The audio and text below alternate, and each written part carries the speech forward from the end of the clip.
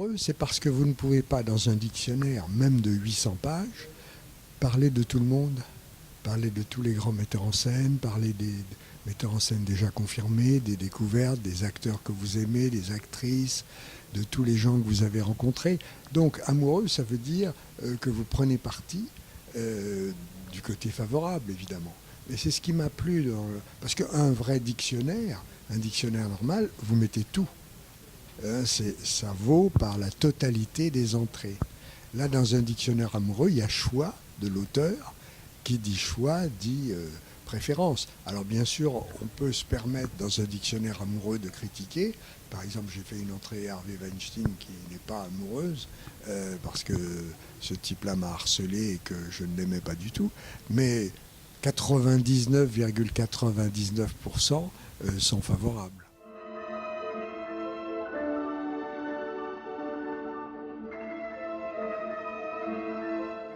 Des hôtels à Cannes, il y en a 4, 5, 6 très prestigieux qui sont sur la croisette tout le long.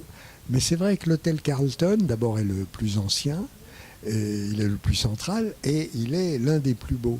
Et il a tellement de souvenirs liés au Festival de Cannes que moi-même, la direction du festival a toujours considéré que c'était le navire amiral.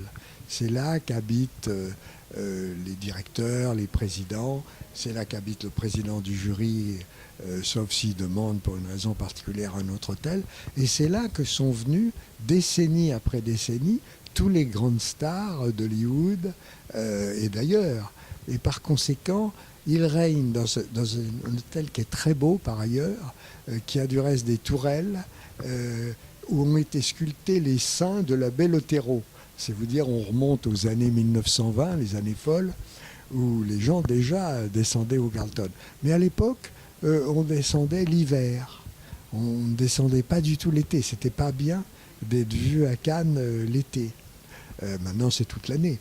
Et à l'époque, quand c'est les Anglais qui ont inventé Cannes, qui était un petit port de pêche de rien du tout, et c'est devenu une ville mondialement connue à cause du festival. Et le Carlton, quand vous vous promenez dans les couloirs, un peu comme les couloirs d'Alain Resnais, ils sont peuplés de fantômes. Le fantôme de toutes les grandes stars et de tous les grands metteurs en scène qui sont venus à Cannes. Et d'ailleurs, il y a des suites à chaque étage qui sont dédiées. Alors, la suite Clint Eastwood, la suite Gary Cooper, la suite Orson Welles, enfin qui vous voulez, qui sont dédiées à ces grands du cinéma.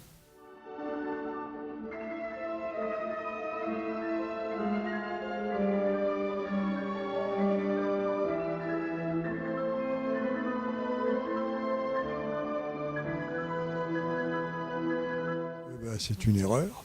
Il va falloir en parler à la réédition ou au tome 2. C'est sûr que j'aurais dû évoquer Le Grand Bleu et d'une manière générale la carrière de Luc Besson, qui est quand même un des metteurs en scène français à la fois talentueux et aussi qui a fait le plus d'entrées. Et donc le cinéma étant à la fois un art et une industrie, il faut bien penser aux spectateurs, parce que s'il n'y a pas de spectateurs, les gens vont aller voir des séries, voir des jeux vidéo, voir d'autres choses. Et par conséquent, c'est tout un ensemble. Donc je fais amende honorable, s'il y a des manques, et il y en a beaucoup dans le livre, parce que il n'y a que 800 pages, c'est déjà 1 100 000 signes, et j'ai essayé de couvrir tous les domaines, que ce soit historique, artistique, sociétal, journalistique et public. Malgré tous ces angles-là, il y a des trous, et Luc Besson en est un. Pardon Luc, je m'excuse.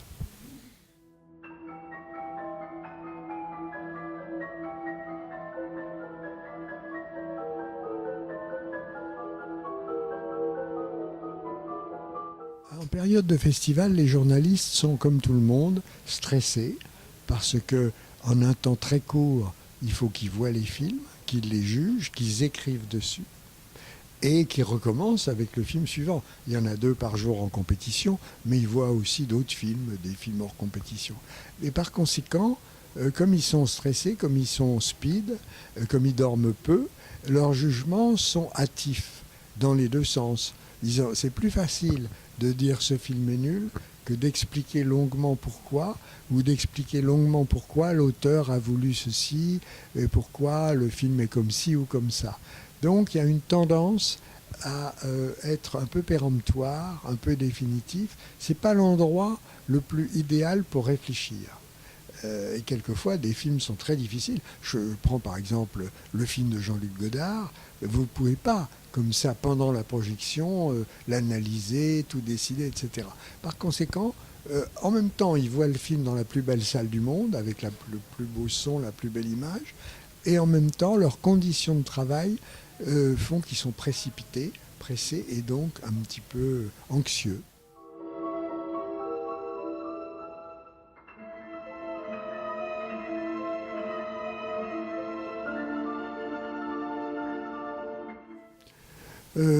Non, je ne pense pas que l'héritage de mai 68, qui était un héritage plutôt de liberté, de, le cinéma d'auteur est né en partie de là, c'est-à-dire qu'avant il y avait des metteurs en scène, il y avait des scénaristes, il y avait des dialoguistes. L'époque de Delannoy, Autant-Lara, Clouzot, Duvivier, qui vous voulez, c'était des métiers particuliers. Avec les nouvelles vagues, Truffaut, Godard, Chabrol, etc., Romer, Resnais, est arrivée la notion de film d'auteur. Mais même là, déjà, quand je dis ça, je dis une bêtise, parce que Resnais prenait toujours le soin d'avoir des grands scénaristes avec lui. Il n'écrivait pas lui-même, et donc il y avait là encore scénario. Mais d'une manière générale, la nouvelle vague dans le monde entier, aussi bien au Japon qu'au Brésil qu'au Canada, a été une sorte de révolution dans la mesure où tout d'un coup, la même personne était l'auteur complet du film. Aujourd'hui, c'est encore le cas, mais il y a un retour, et je trouve ça très bien, à la profession de scénariste, et moi j'encourage ça beaucoup.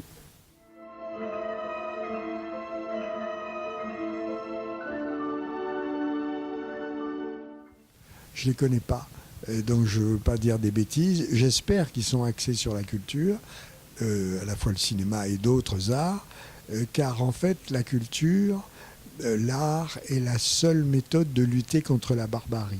Donc plus partout dans les quartiers, dans les écoles, dans les lycées, les universités, on facilitera et on aidera l'accès à la culture, le mieux ce sera, parce que ça en fera des hommes civilisés et pas des barbares.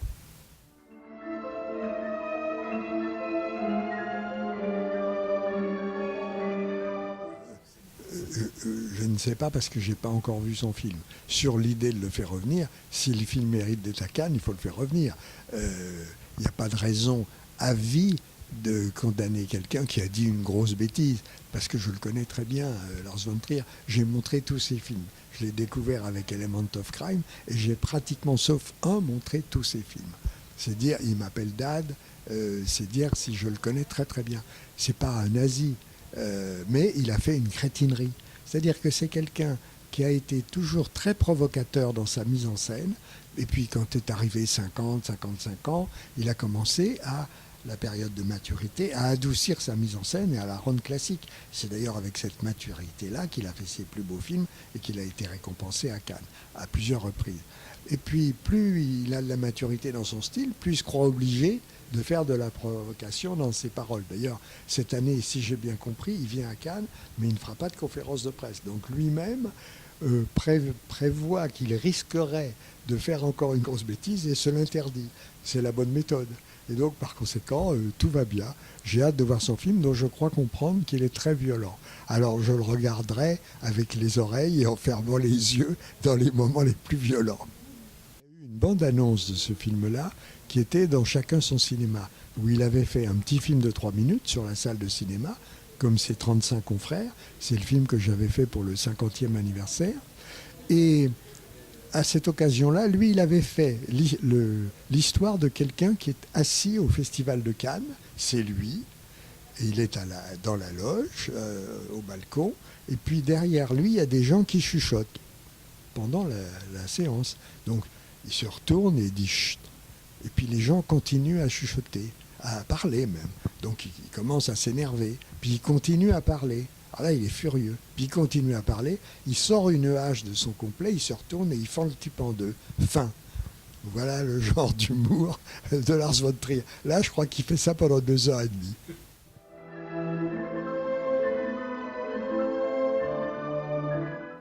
Ah ben, la liberté, elle est totale. Elle aura lieu toujours et dans tous les pays et sous toutes les époques. Simplement, tout a été traité. Donc le problème maintenant, c'est de le traiter d'une manière plus originale, différente, moderne. C'est toute la complication. Vous savez, en musique, il y a 7 notes de musique. Et avec 7 notes, ça fait des siècles qu'on fait de la musique, qu'on fait des chants, qu'on fait des chansons, qu'on fait des symphonies, des sonates, etc. Mais il n'y a que 7 notes. Eh bien, en cinéma, en littérature, il y a plus que 7 notes. Il y a 24 lettres déjà dans l'alphabet et il y a 24 images secondes au cinéma. Donc tout va bien. Mais le problème, c'est de trouver des sujets qui vont captiver les gens d'aujourd'hui, même si ça remonte à l'Antiquité. Par exemple, quand les frères Cohen font le film qui commence par O Brothers, c'est l'histoire d'Ulysse. Ils n'ont rien inventé, mais ils le font à leur manière tellement savoureuse, tellement drôle, tellement originale, qu'on adore l'histoire d'Ulysse, et que le mieux qui puisse arriver, c'est qu'on aille relire Ulysse d'Homère.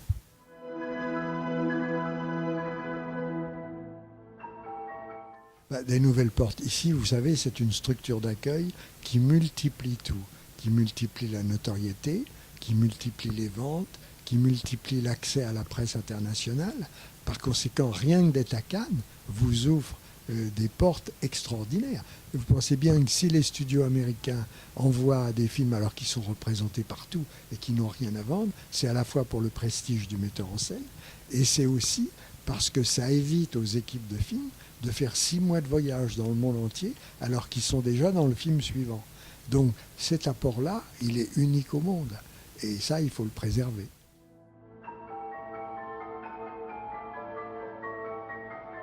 Complètement. En réalité, moi, j'essaye de répondre à tout le monde. Évidemment, le problème de Twitter, c'est que c'est mangeur de temps, c'est chronophage, qu'on ne ferait que ça. Mais en même temps, je considère que j'ai tellement reçu du cinéma que je dois rendre un peu au public tout ce que j'ai reçu et toute la chance que j'ai eue en travaillant si longtemps au Festival de Cannes, dans le cinéma, en rencontrant des gens, en faisant de la critique, en aidant les metteurs en scène.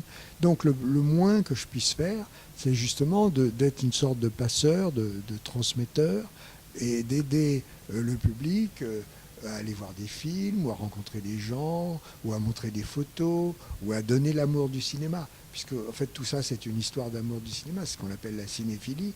Alors, elle est différente aujourd'hui de ce qu'elle était quand j'ai commencé. Parce que moi, nous n'avions que 50 ans de cinéma, d'histoire du cinéma à récupérer. Aujourd'hui, il y a 110 ans, c'est pas possible, avec toutes les tentations qu'il y a pour les jeunes gens, etc. Par conséquent, si on peut leur dire, ah ben ce soir, hier soir, par exemple, j'ai cliqué Monsieur Klein. Et il passait Monsieur Klein sur une chaîne à la télé, qui est un chef-d'œuvre absolu de Joseph Losey. Et c'est cocasse d'aller au Festival de Cannes pour parler de Monsieur Klein à la télévision. Mais comme tout le monde ne peut pas venir à Cannes, si on peut leur dire, bah, tenez, regardez dans ce film-là, vous ne perdez pas votre temps, c'est bien.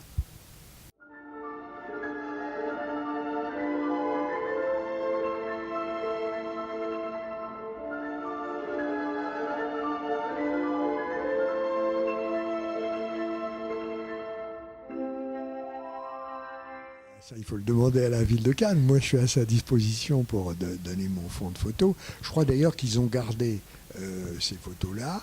Et par conséquent, il faudrait le restaurer un peu, l'agrandir, en ajouter, en enlever. Enfin, il y a tout un travail à faire que je ferai volontiers. Mais ça, il faut demander ça au maire de Cannes, à David Listard. Des photos, bah, j'en prends toujours.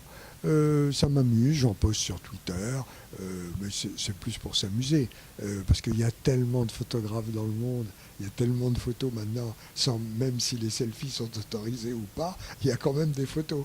Et donc, après tout, le cinéma, qu'est-ce que c'est? C'est 24 photos par minute.